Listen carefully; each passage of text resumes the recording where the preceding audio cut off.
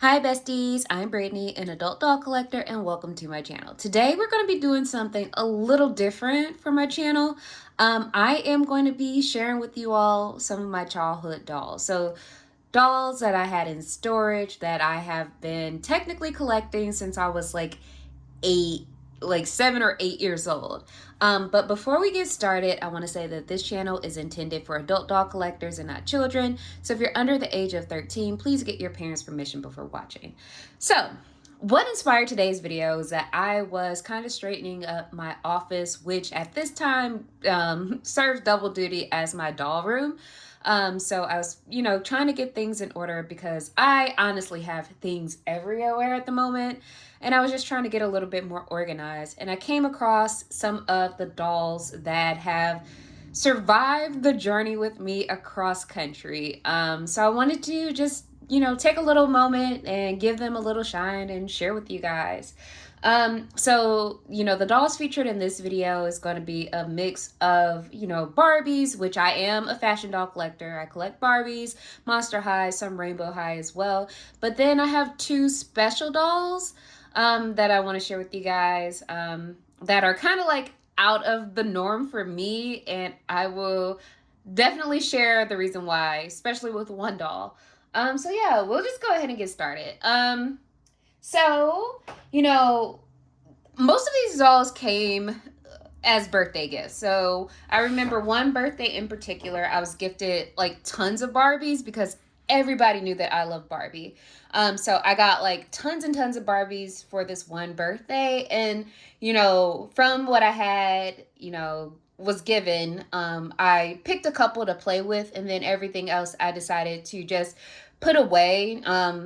For a majority of like my youth, like middle school, high school, they kind of just hung out on like my wardrobe in the background. But then I was losing space, so then they had to live in a plastic storage bin under my bed.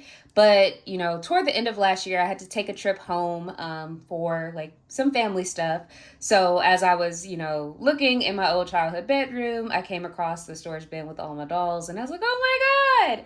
And I also think it was cute that I had the idea as a little kid to kind of like put some dolls away so they could be special when I grow up. So yeah, we'll just go ahead and get started. I'll show you the first one. And the first one is Twirling Ballerina Barbie. So like I mentioned, she was gifted to me on my like 8th or 9th birthday. I don't really recall which birthday, but I was a kid. And this particular doll was originally released in 1995. So she's unique in terms of Barbies at the time because she had more articulation. So as you can see from the box, I'm going to bring her a little closer.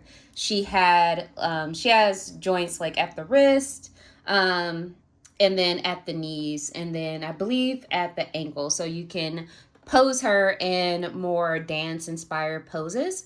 And then her crown at the top up here, she can be twirled around. And then she also comes with a bar. And I feel like the reason that I was gifted this particular doll is because from the ages of about 3 to 15, I was in dance lessons. So I took like ballet, I also took modern dance, and then I took tap. So a lot of the decor in my room growing up was like ballerina inspired, and specifically black ballerinas, which are, it's unique to come across like black art depicting ballerinas. So my mom like had my room decked out in that. But you guys are probably familiar with Tori and Ballerina Barbie because I feel like she's one of the more iconic Barbies of the 90s because I know she was featured on like bed sheets. Um, I remember that. I feel like one of my friends probably had that linen set growing up. But she's definitely, I've seen pictures of her in like old J.C. Penney catalogs. That, that big, thick Christmas catalog with like all the toys and all the everything you could ever want in the 90s growing up for Christmas. I feel like there were definitely bed sheets that featured her. But yeah, let's take a look at her box. So it says, spin her crown and she magically twirls on her toes. And then they have her posed on the side. And then the back, it says, Presenting Twirling Ballerina Barbie, the greatest ballet star of all. Spin her crown and she magically twirls on her toes like never before. Make her bend and move body. Make her bend and move body, jump and whirl in your own ballet. So I think this is really cool. I have been thinking about whether or not I want to keep her in my collection, but the more I look at her, like this is very 90s, and I think she is going to stick around a little bit longer. So that's Twirling Ballerina Barbie. And also in that bin, I found her. Oops, dropped the other one. But I also found Moving Groovin' Christie. So I think the gimmick of this doll is that I think it's like a little connector, like a little guide that you could snap her into and then just push her as she walks. Another thing with her shoes have little stamps, and we have a little stamp pad, and like if you put her on paper, she will leave stamps. So let's see what her box says. It says, "My legs are made for moving. Moving tracks is what I do. You can really make me walk like you. Moving, grooving, Christie." So I feel like I did open her because I felt like maybe I couldn't play with her as much as I could play with other dolls, because one thing about gimmick dolls, they kind of do that one thing and that's pretty much it, and they're not necessarily the best for play, at least the way I used to play, which was kind of like reenacting soap operas. Like, it got dramatic. It got really dramatic, and I felt like maybe this gimmick probably wouldn't have worked for me, but I put her away.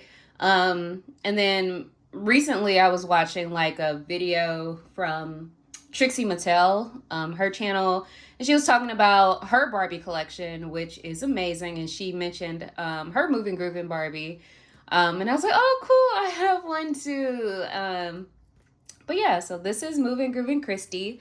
And then let's take a look at her shoes, and you can see this child, like, she been in there for a minute because the plastic is starting to deteriorate on those blue boots. Oh my god. But I feel like her outfit is really cute. And then they have the window, like, more open box design, so you can kind of see more elements of her. And then on the back, it features the other Moving Groovin' dolls. So they had a Moving Groovin' Barbie, also a Moving Groovin' Teresa and Kara. And then, like I was mentioning before, like, her shoes leave little stamps on the page. Like, I'm sure if I open this, all of that will turn to dust. So she is going to stay in this box. Okay, let's take a look at our next doll. And this is going to be the last one I have with me that is in box.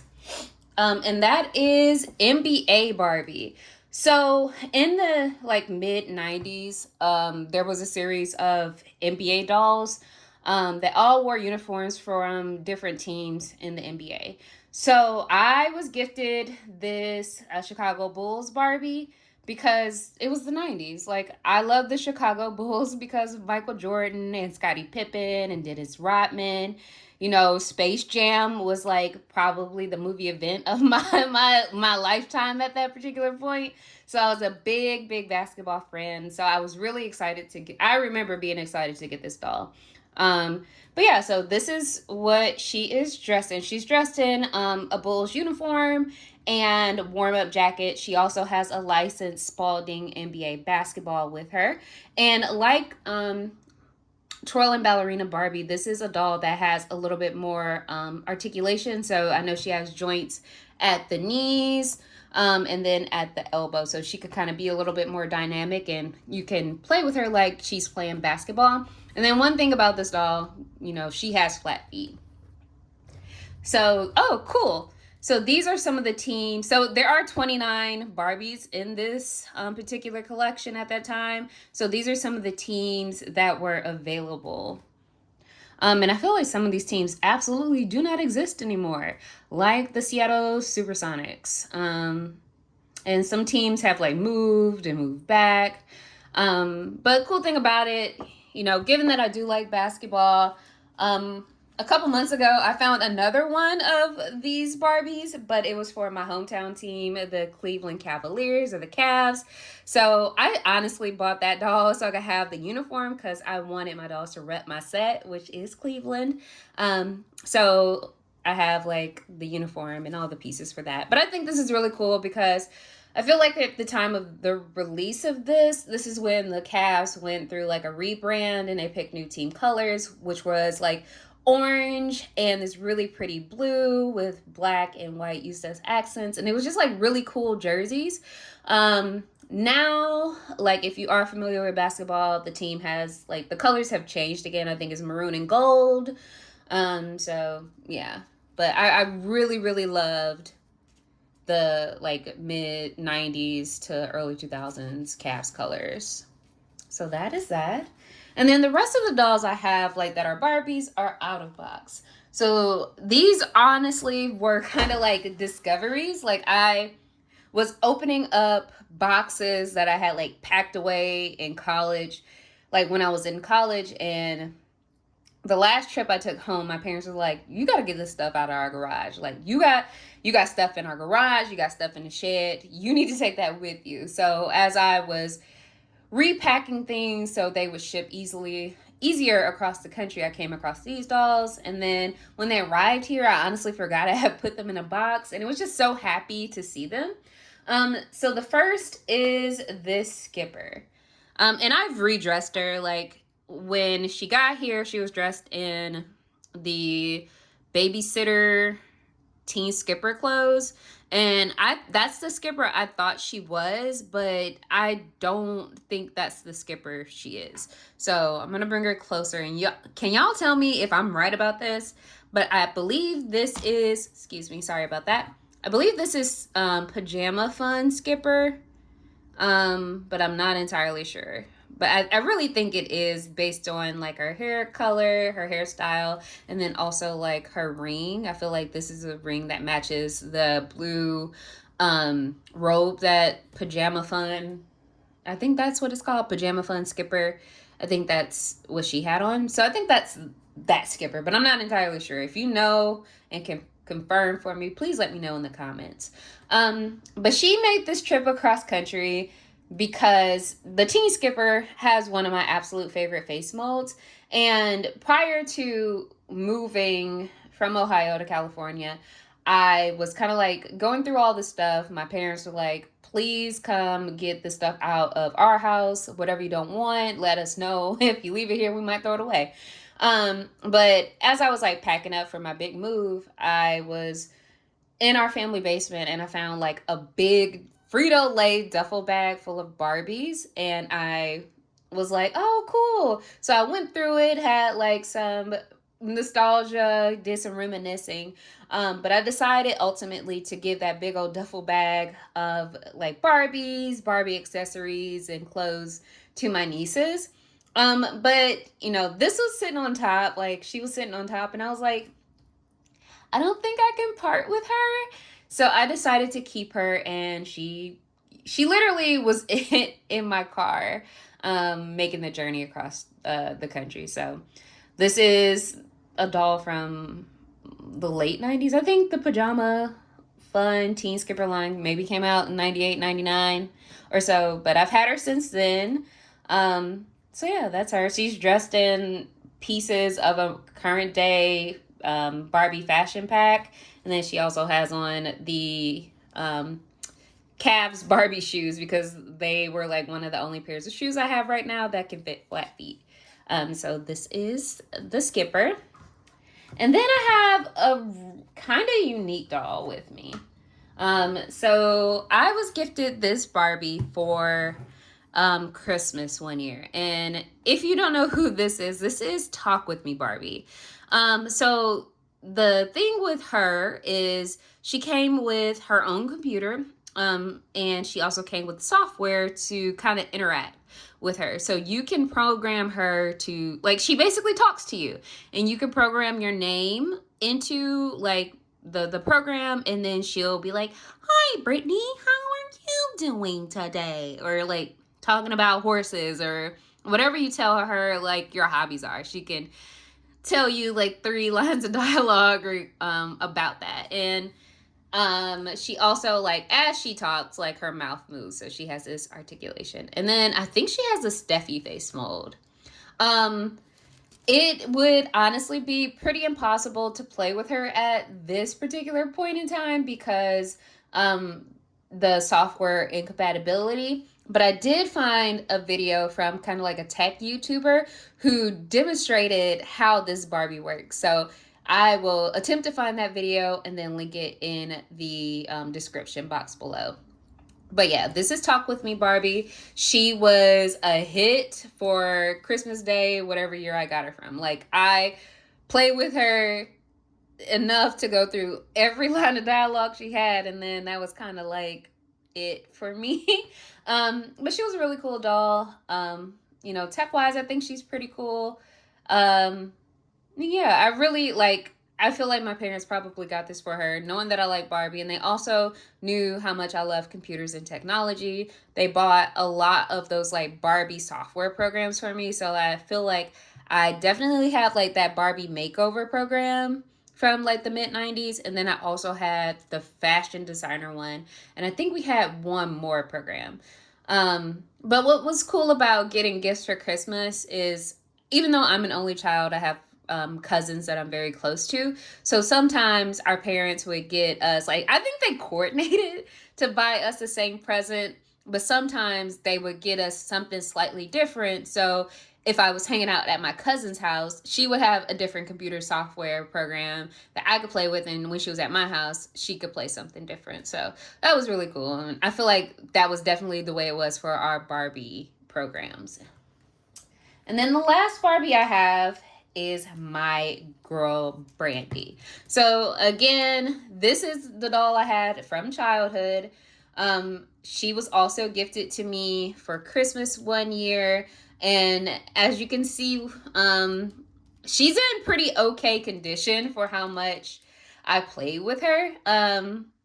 Like she was my favorite Barbie. Between her and my Dion from Clueless Dolls, they were like top tier Barbies for me. And what's cool about this Brandy doll is that she is designed to kind of like rock back and forth so it could look like she can dance. But I was honestly surprised to see her when I was like unpacking a box from home. And I was like, oh my gosh, she made the trip. Because I think maybe the end of 2023, I found a really good lot with, I think 3 or 4 Brandy dolls. So I was able to get this particular doll new in box, along with some other Brandy dolls that I didn't know existed. So I have a pretty good, I feel like I have most of the Brandy dolls that are available, but not all of them. I feel like I'm missing, I think I'm missing the Holiday Barbie, Holiday Brandy doll. So I don't have that one. So I might be on the lookout for that to add to my collection. So let me move Brandy and the Talk With Me Barbie out of the way because we are going to get into some bigger dolls. So I am not really a baby doll. I don't know what they're called, but I'm not really like a baby doll or 18-inch doll collector. And the reason being Child's Play. I feel like everybody should know about Child's Play and Chucky, but if you don't, it is a series of horror movies that started in the late 1980s, about a doll who is possessed by a serial killer, and then the doll Chucky goes on to also be a serial killer, so they murder people. The first time I saw that movie, I was like I was probably like 2 or 3 years old, and it stuck with me. So I remember receiving my kid's sister doll, and I never ever played with it because she looked like Chucky, and I don't fuck with Chucky like that. And excuse my language, but nah, Chucky gotta go. But one she's been through it. Like she's been in storage for a long time. So excuse her appearance because everything is a little yellowed and dusty. She a little loose.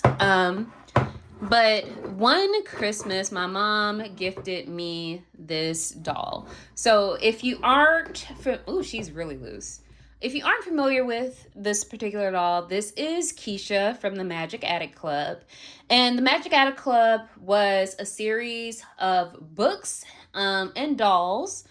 So it was a series of books about five or six young girls who discover like a magic costume box in their attic, and then by putting on those costumes, they are transported into like whatever the focus of their costume is. I think that's how it goes. I only had one book from the series, and that was the book that came with Kesha. And her name is Kesha. She's right here. So I honestly played with her a lot because I thought she was so pretty. As you can see, you can tell she's been very played with because all of her limbs are really loose. But I had no idea where she came from. She was just like a surprise one Christmas morning. But in doing some research, because I was just curious about it, I found out that the Magic Attic Club was produced by Tonner. So she is a Tonner brand doll. And I feel like they were probably designed and released to compete with American Girl. I received her, like, I was a big American Girl fan. Like, I had a subscription to the magazine, and I had that magazine subscription for many years. And then I also had all of the Addie books, and my mom even took me to meet the author of Addie. And I had like my copy of Meet Addie signed, and I had Addie's cookbook, her paper dolls. I had everything Addie because I really wanted an American Girl doll, but they were expensive. Like, American Girl dolls were expensive. So I feel like my mom got me this kind of to satisfy that desire for the American Girl doll that I had. And so yeah, I played a lot with her. And she was probably one of my favorite dolls growing up. And she didn't scare me like the next doll I'm going to mention, because she gave more of like a like, she reminded me a little bit more of Barbie than like a Chucky or a my kid sister or my little buddy. So she was in the safe zone for me as someone who is afraid of dolls. I'll be honest with you. I know it's weird to be a doll collector and then be afraid of dolls, but like, if you pop up here with a Megan, I'm gonna ask you to leave. Like, you can't. No Megans up in here. So yeah, so this is Magic Attic Club Kesha, and I gotta see if I can repair her, because look how loose all of her limbs is. And then clean her up a little bit. So I will probably work on that. I don't know how to do that, but I will figure it out. Oh, okay. And I'll show you this one more thing with her. She also had this really cute little button Hillary hat. Okay. And I don't know where the rest of her accessories are. They are lost to time. But I think she had on socks and some purple kind of like Converse sneakers. And then and this is what her box looked like. So yeah. And then the last doll for this video is very special. Even though I am terrified of her. So this is, let me see if I can get her out. This is Tori. So this is Tori, if I could get her to sit. Okay. This is Tori. And Tori, as you can tell, is an American Girl doll. I believe she's an American Girl of today from, I think, 1996. I think she is. I think that's what year she was released, because I feel like this particular Meet Me outfit is from the second year that the dolls were available, and I feel like the second year was 1996. So like I mentioned, I was a big American Girl fan. I really wanted an Addie doll. Addie was my favorite of the historical dolls. So I feel like for a period of maybe like 3 years, I was constantly hinting to my mom and dad that I really wanted an American Girl doll.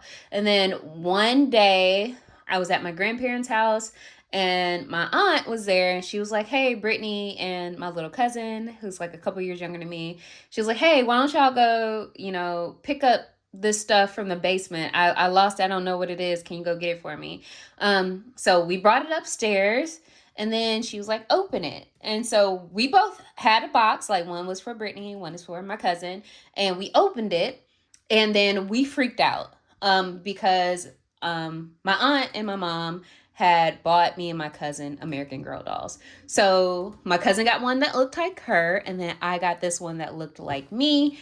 And I was so, so happy. Like, you can see that I had like started the process of personalizing her by putting her little buttons on there. And I was just so excited to have her and take her around with me. And it was so, so cool. But one day I put her on the edge of my bed and it was like bedtime. I put her on the edge of my bed toward the foot where all my other stuffed animals were. And she kind of leaned back a little bit. And then one of her eyes closed and it looked like she was blinking. And I screamed. And then from then on, I just put her back in the box and I put her under my bed. And I did not play with her from that day on. And honestly, she was under my bed from that day until last October. So she spent like 50 years tucked under my bed at home. But I really think that she's cool. I don't have her on display because I am still kind of afraid of her. Don't really trust her like that. But I think she's really cute. She holds so much sentimental value to me. So she's going to be around for a little bit. And I was like, it just, looking at her just brings back that moment where how like shocked and surprised and happy I was to receive her. And I'm not an American Girl collector. This is the only one I have. This is the only one I am going to have. But I am just grateful to have her. Like, she's special. And that's Tori. And I'll show you a little bit more of the stuff that I have that came with her. It's mostly like tags and stuff.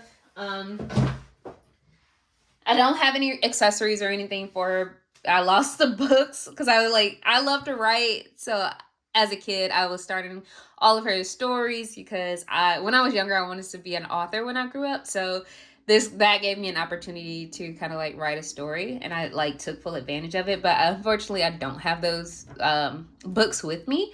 But yeah, so she came with like her hair care instructions. She also still has her tag, and I feel like I wrote that. So this is her American Girl of today, and it says, "You know this American girl. She's just like you, a genuine, one-of-a-kind original with her own story to tell. Her adventures are your adventures. Her dreams are your dreams. This is her moment in history, and your moment too. The best moment of all for American girls to shine." And then on the back of it is where those little pins were. And then this was also featured in her box, apparently. So you can design your own grin pin, but you had to submit the entry before 1997. So we're a little late on that. But yeah, I really enjoyed all like the American Girl publications, like those books that they had about like how to do your hair. Also the grooming books, like the book teaching young like tweens how to take care of themselves and practice hygiene. I found that to be very valuable and informational when I was a little kid, and I found it helpful because puberty sucks. So it was really cool that American Girl was there to give kids resources. So that is the last doll that I had from my childhood. There are a couple more that are still floating around at my parents' house. That includes Cool Shopping Barbie and Angel Princess Barbie. Those are two Barbies I know for sure I still have in box at home, but they haven't made it out here to California yet, but I'm pretty sure they're on their way because my stuff is still taking up a lot of room in my parents' house. So again, I want to thank you all for watching, and I want to know what dolls you had in your childhood that you remember, or what dolls you still have from your childhood. Please let me know in the comments. I would love to hear from you. And as always, thank you for watching, and until next time, bye bestie.